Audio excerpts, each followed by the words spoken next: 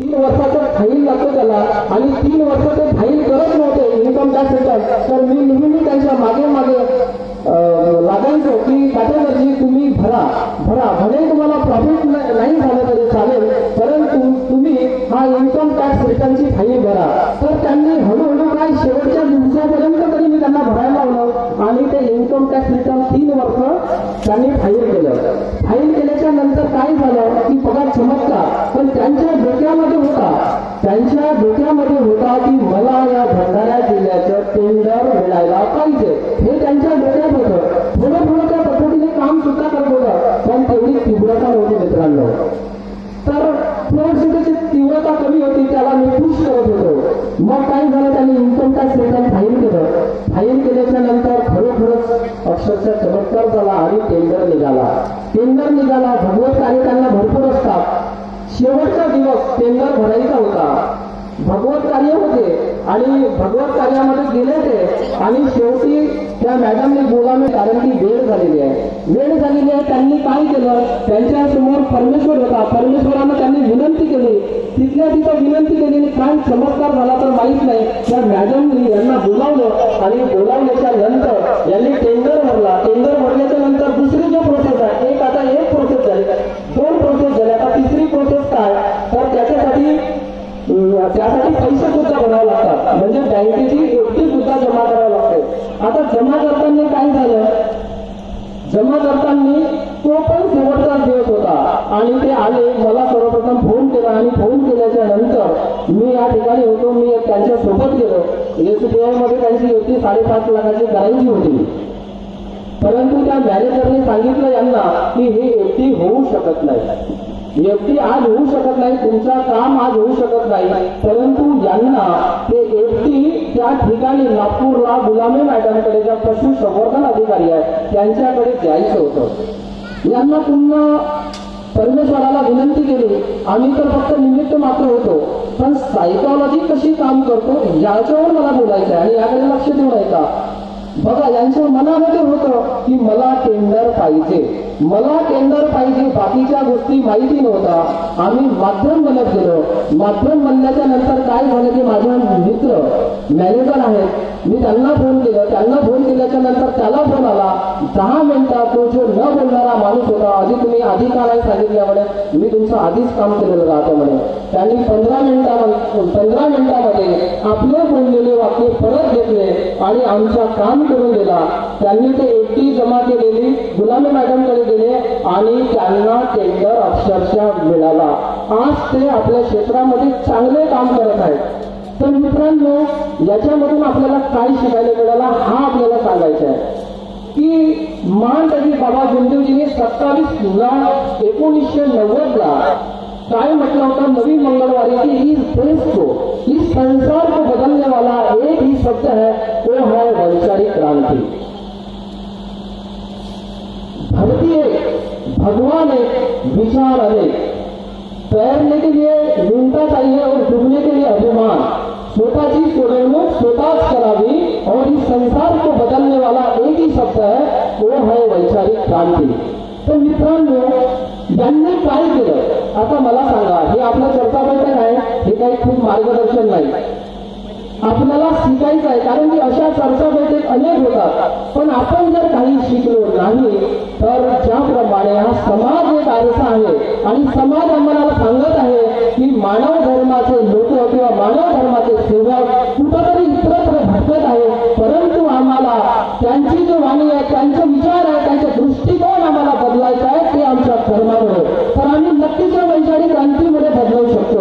तर काटेकरजींनी काय केलं की एक त्यांच्या डोक्यामुळे विचाराची एक क्रांती झाली की मी हा कार्य करू शकतो आणि मी हा कार्य करू शकतो. तर त्यांच्या सबकॉन्शियस माइंडने काम करणं सुरू केलं आणि आम्ही म्हणतो की कुठलीही जर गोष्ट मोठ्या शिस्तनी, मोठ्या प्रेमाने आणि सहनशीलतेने जर आम्ही मागितलं किंवा ते गोष्ट पूर्ण करण्याचा प्रयत्न आमच्या मनातून हृदयातून जर केलं तर ते नक्कीच गोष्ट काही दिवसानंतर वेळ लागेल, परंतु ते तुमच्या पुढे असते. नक्की हाच त्यांच्यामध्ये झालेला आहे.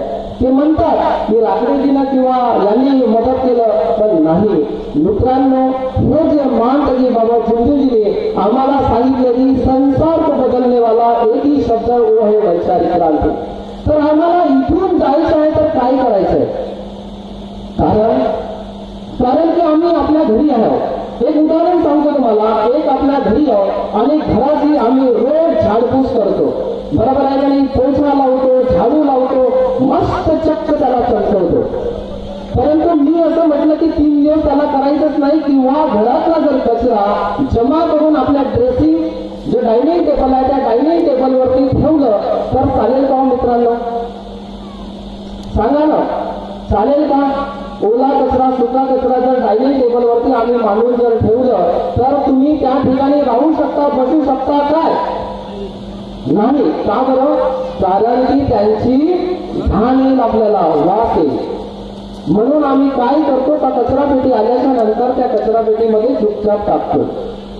परंतु मित्रांनो, असेच प्रकार, असेच विचार, असेच कुचलेले सळके विचार आमच्या डोक्यामध्ये 24 तास असतात आणि ते विचाराचं शुद्धीकरण आम्ही करत नाही. त्या विचाराचं शुद्धीकरण करत नाही म्हणून नेहमी अजून घाण वाढत जाते. परंतु मानतजी बाबा चिंतूजीने हे जे चर्चा सत्र आम्हाला सांगितलेलं आहे, मंत्री चर्चा सत्र, हवन हवन झाल्यानंतर चर्चा सत्र, त्यानंतर आठवडी चर्चा बैठक, मंत्री चर्चा बैठक, ती माहीत चर्चा बैठक, तर ही काय आहे? ही आम्हाला त्या घाणीला शुद्ध करण्याचे तंत्रशुद्ध उपाय आहे. परंतु आम्ही त्या दृष्टिकोनातून बघतो का? नाही. फक्त या ठिकाणी येतो आणि मस्त छान विचार ऐकतो, ते त्याच ठिकाणी ठेवतो आणि जेवण करून जातो आणि तिथंच थांबतो. परंतु आम्हाला नेहमी आमच्या जे मनावरती, आमच्या हृदयावरती जे घाण लागलेले आहे ते जर घाण काढलं आणि वैचारिक क्रांती ठेवलं, जे ज्याला पाहिजे आज तुम्ही संकल्प करा. माझा संकल्प पूर्ण होऊ शकते, काटेकरचे संकल्प पूर्ण होऊ शकतात, अशा अनेक लोकांचे संकल्प पूर्ण होऊ शकतात. तर तुम्हाला वैचारिक क्रांतीमध्ये नवीन विचार ठेवायला काय जाते? काही वेगळे पैसे लागतात का आपल्याला? नाही. काही वेगळी शक्ती सुद्धा लागत नाही. उलट निगेटिव्ह आज काय होत आहे? आपण साधारण जरी उदाहरण पकडलं तरी आम्ही नेहमी या 24 तासापैकी 8 तास काय करतो? या बाईनं असं केलं, त्या बाईने तसं केलं, त्या माणसाने असं केलं, त्या मंडळाने तसा केलं.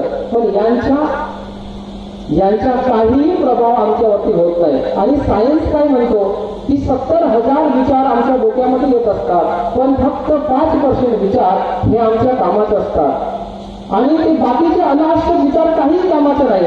मग ज्या कामाच्या गोष्टी नाही आहेत त्या आम्ही काय करतो?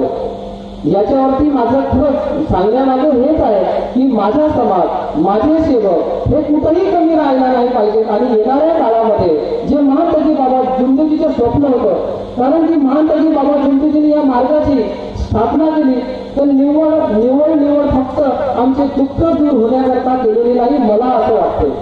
महातजी बाबा चिंतूजीचं स्वप्न होतं की या मानव धर्मातील सेवक सेविका या भारताचं प्रतिनिधित्व करायला पाहिजे. आणि प्रतिनिधित्व कसं करू?